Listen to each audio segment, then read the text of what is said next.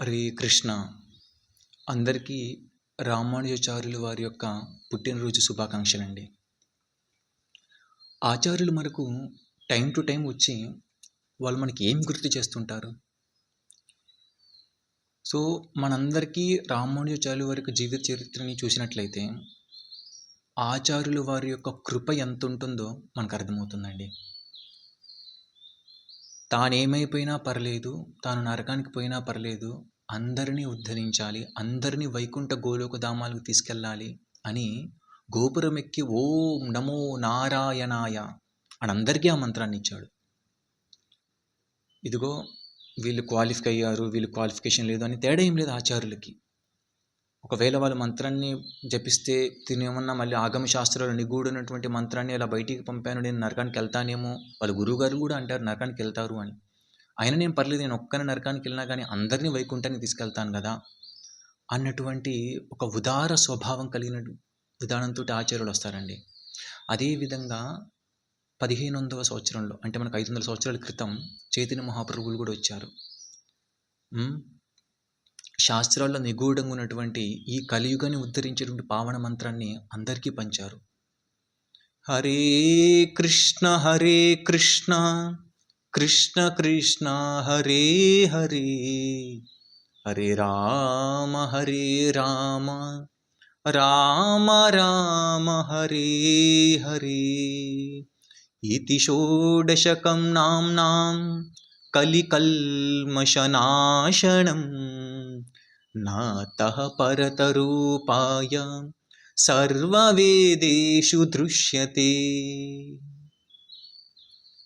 ఇతి షోడశకం నామ్నాం, ఈ 16 మంత్రాలు కలిగినటువంటి 16 నామాలు కలిగినటువంటి ఈ మంత్రం ఏదైతే ఉందో కలి కల్మష నాశనం, మరి కలియుగునటువంటి కల్మషాలని నాశనం చేసేటువంటిది అది.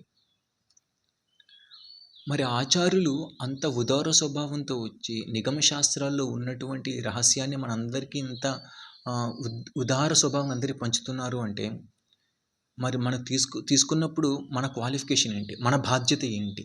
మన క్వాలిఫికేషన్ ఏమీ లేదు, వాళ్ళ ఉదార స్వభావంతోనే వాళ్ళకి ఇచ్చారు మనకు. మరి మన యొక్క బాధ్యత ఏంటి, రెస్పాన్సిబిలిటీ ఏంటి? శృణ్వతా శ్రద్ధయా నిత్యం గృణతశ్చ స్వచేష్టితం, భాగవతంలో ఉంటుంది. మనము ఆ మంత్రాన్ని ప్రతిరోజు శృణ్వత శ్రద్ధయ, చాలా శ్రద్ధగా జస్ట్ వింటే చాలు. శృణ్వత శ్రద్ధయా నిత్యం గృణతశ్చ స్వచేష్టితం. స్వచేష్టితం అంటే ఎండీవర్స్, ప్రయత్నం పెట్టి, గృణతశ్చ అంటే దాన్ని అబ్జర్వ్ చేసుకోవాలి, సారాంశాన్ని తీసుకోవాలి, మంత్రాన్ని వింటూ ఉండాలి. దీనివల్ల ఆచార్యులు వాళ్ళు ఇచ్చినటువంటి కృప మనకు ఈజీగా అందుతుందండి. ప్రభుపాదుల వారిని ఒకసారి ఇలా కొంతమంది శిష్యులు అడుగుతారు, ప్రభుపాద్, మేము చాలా మంత్రాన్ని వినడానికి ప్రయత్నిస్తున్నప్పటికీ కూడా మా మనసు పలు విధాలుగా సంచరిస్తుంది. మనసు అనేది, మైండ్ అనేది చాలా డిస్టర్బ్ చేస్తుంది మమ్మల్ని. ఎంతగా డిస్టర్బ్ చేస్తుందంటే మేము మంత్రం వినడానికి ప్రయత్నించినప్పటికీ కూడా మా వల్ల కావట్లేదు. అయితే ప్రభుపాదుల వారు దీనికి ఒక ఉదాహరణ దీనికి ఒక ఎగ్జాంపుల్గా చెప్తారండి. ఏంటంటే, మైండ్తో ప్రాబ్లం ఏముంది మీకు, అసలు మైండ్ అవసరం ఏముంది ఇక్కడ? మీరు చెప్తున్నారు హరే కృష్ణ హరే కృష్ణ, నాలుక కదులుతుంది, చెవితో వింటున్నారు, మధ్యలో మైండ్ ఎక్కడొచ్చింది? సో కాబట్టి మనం అందరం కూడా గమనించాల్సింది ఏంటంటే, మన మనసు అనేది మనల్ని ఎంతగా డిస్టర్బ్ చేస్తున్నప్పటికీ అది ఓకే నువ్వు సైడ్లో ఉండి నీ పని నువ్వు చూసుకో అని దాన్ని బుజ్జగిస్తూ, మన యొక్క నాలుకతోటి వైబ్రేట్ చేస్తూ, కదులుతూ ఆ మంత్రాన్ని చెబుతూ వింటూ ఉన్నప్పుడు కొంతకాలానికి ఏనుగులా డిస్టర్బ్ చేస్తున్నటువంటి మైండ్ కూడా మనకు సబ్డ్యూ అయిపోద్ది, కంట్రోల్ అయిపోద్ది. దీనికే అటెంటివ్నెస్ అబ్జార్ప్షన్ అంటారు.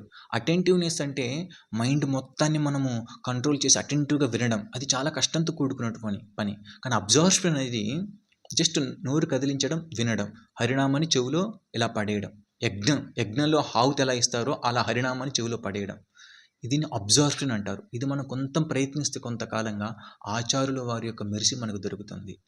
ఇవాళ రామానుజాచార్యుల వారికి ప్రే చేసుకొని హరే కృష్ణ మంత్రాన్ని జపించుకుందాం. హరే కృష్ణ.